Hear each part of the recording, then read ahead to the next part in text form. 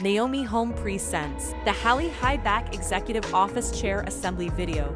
Before we begin, please make sure to have the assembly instructions on hand to follow along and have all the parts listed. To get started, insert 5 wheels into part number 3 by pushing downwards and applying pressure. Next, place part number 6 into part number 3. Then add part number 8 into part number 6.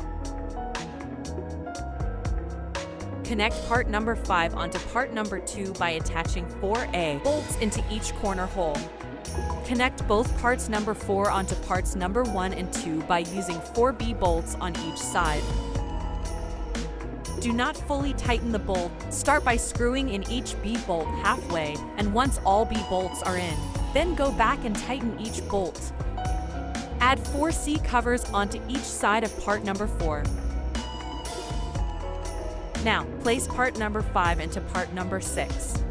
Before finishing off, let us take a look at the product's features. You are able to adjust the height. To go up, pull up the lever while not sitting on the chair base.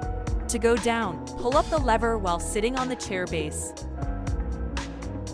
And there you have it. Your high back executive office chair is complete and ready for use. Thanks for watching.